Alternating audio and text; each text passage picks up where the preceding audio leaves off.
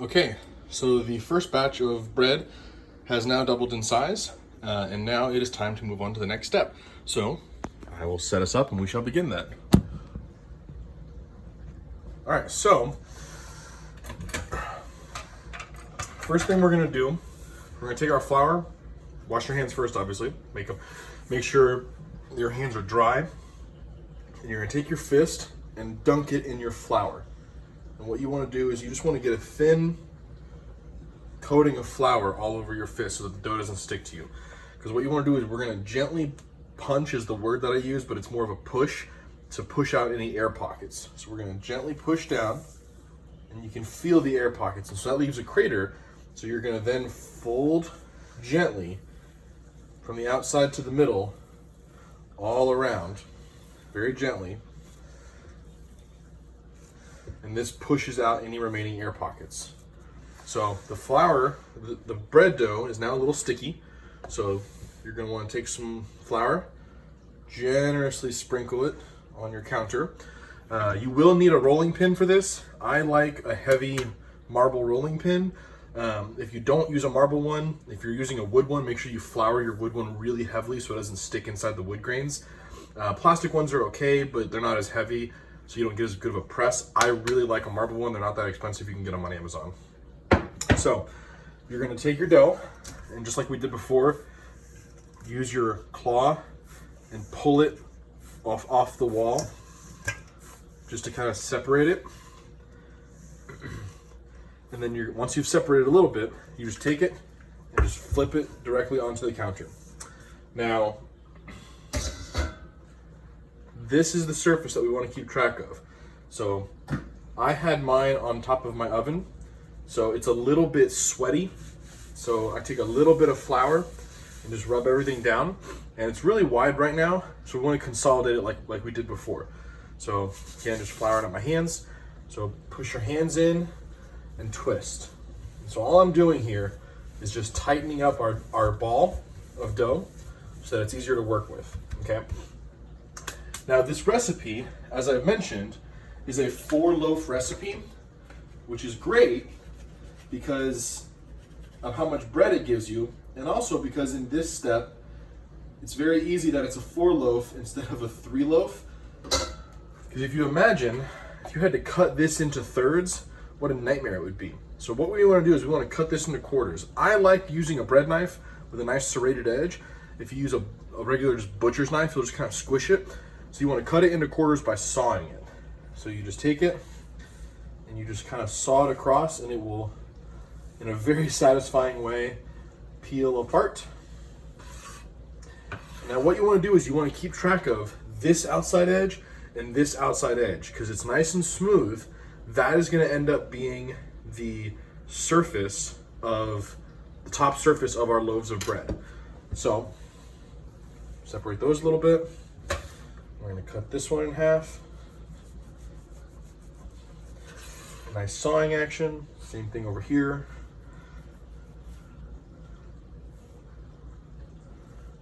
Cut this guy in half.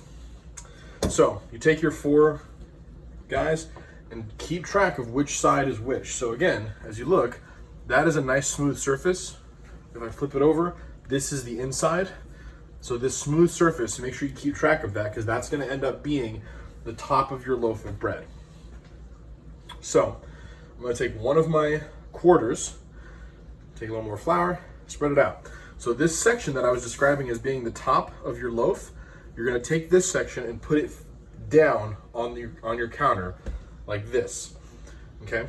So we're always constantly adding a little bit of flour. So now what we're going to do is we're going to roll out our dough into the shape of a loaf.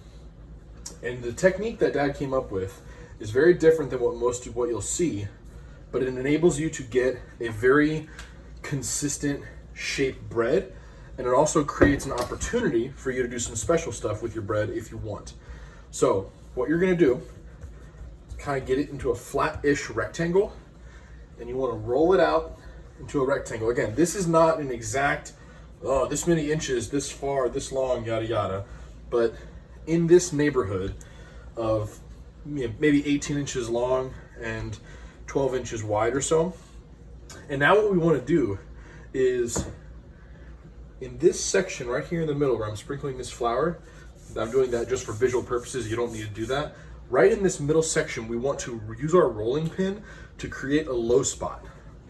So we're going to roll in the middle hard. So now what we've got is we've got a thick area, a thin area, and then a thick area. Moving my loaves. I'm going to try and bring these forward a little bit. Bring this forward a little bit. So again, we've got thick area here, thick area here, thin area in the middle. And now we're gonna roll the bread, okay? So I usually start with the edge that's more uneven, which in this case is gonna be this side, and just tightly roll the bread. Okay, so now you'll notice this is obviously too long. So you take your pan, you put it next to it, and your pan is shorter than this. So what you do is the karate chop. Take your hand, and you see the edge of it is all swirly. You don't want that to be the edge of the dough. You want the heel of the bread to be smooth. So you take your hand, you karate chop, and it creates a pinch point. You then take this floppy curly, and you tuck it underneath. And then you do the same thing on this side. Karate chop. So you have this little floppy section where all the curls are, and you tuck it underneath. And now what you'll notice, we've got this slump in the middle, which feels alarming. But what will happen is, as the bread rises, the middle portion will rise more than the outside does. And so what will happen is, you'll end up coming out with loaves that are more or less a smooth top. If you had all of this as one consistent amount of bread, you'll have a dome top, and then you have irregular sized slices for making sandwiches and whatnot. So what you want to do is you want to kind of squeeze it to where it's almost like a dog bone, and the middle is skinnier than these two ends, okay? So then once you've got it to where you've got a nice dog bone shape, you just pick up your loaf and drop it in. And so now what you've got is the heels are smooth, and this top is smooth, and the bottom has the edge of the roll, but that's gonna fill in and you won't even notice it. So I'm gonna take my loaf and put it over on my oven to do its rise. So now I got my next loaf. Same thing, smooth side down, and start working it into your rectangle. Now, part of the other thing that's great about this is this creates an opportunity for you to kind of infuse your bread with some fun special stuff. So our personal favorite, our being my wife and mine, my boys as well, our personal favorite is to take some brown sugar cinnamon and put a thin, or for us, it's more of a thick coat, put a thin or a thick coat of brown sugar cinnamon on this layer. And that way when you roll it, you end up coming up with bread. And I'll actually show you what the cross section looks like of our loaf. You have this cross section, and it's actually collapsed a little bit right now, where it's all this swirl of brown sugar cinnamon, and it's the best treat ever. You can see all these cinnamon sugar infusion in here, and it's a really, really tasty sweet bread, and it's fantastic. You can just pop that in a little toaster oven, and it's a phenomenal dessert. So this is where you would do that. So we roll it out to flat. We're rolling it out to get our little valley in the middle. This one's a little more uneven. I'm not really wild about how this one's come out, but I think I can even it out a little bit. There we go.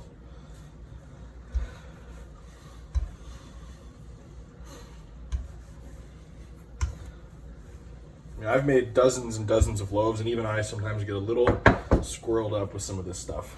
So we have a low spot in the middle, thick spot on the outside. And again, it doesn't have to be perfect because we're gonna even it out once we roll it up.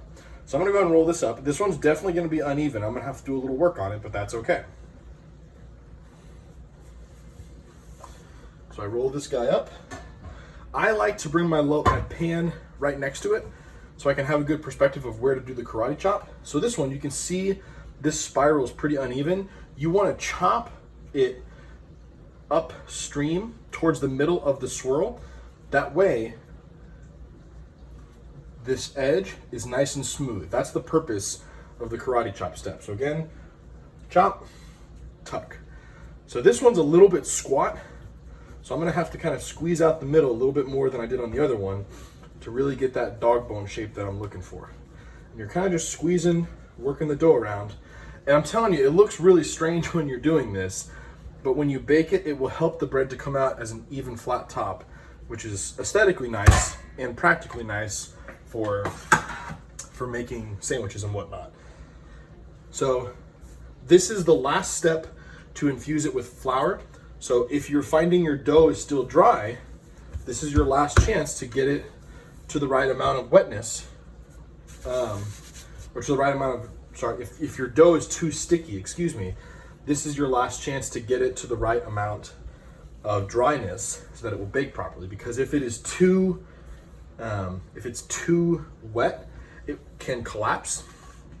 See how well this one came out? The last one was all janky, and this one's like super easy. So, you know, bread kind of has a mind of its own.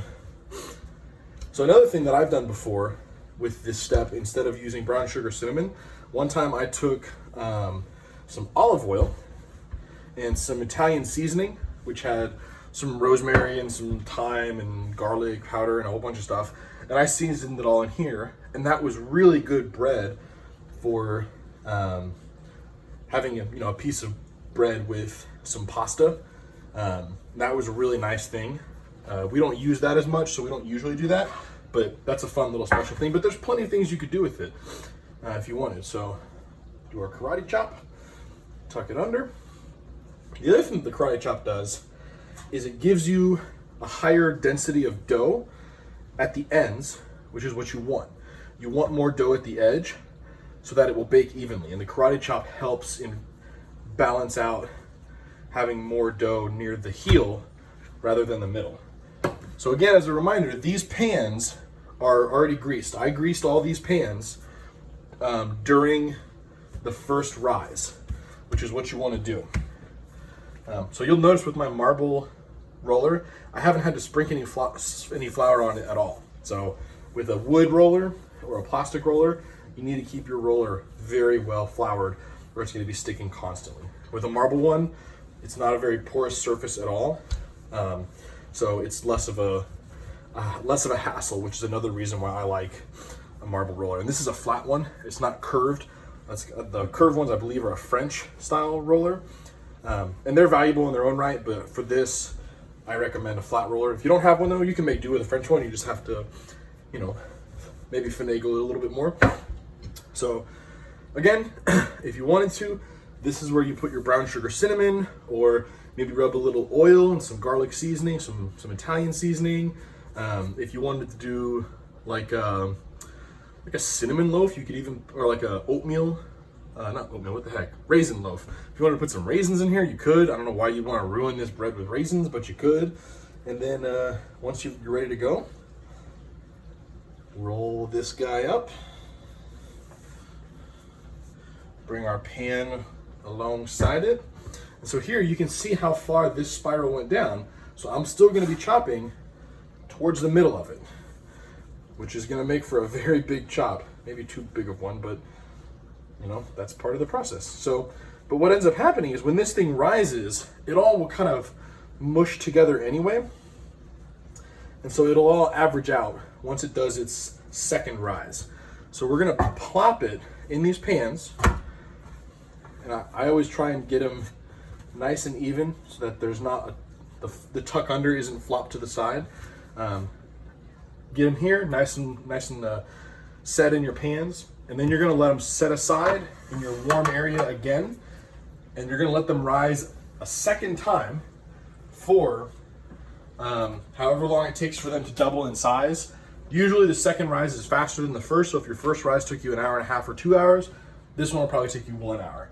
So anyway, that is how you get it in the pans. The next step is popping it in the oven, taking it out, and then enjoying it. And that will be the next video.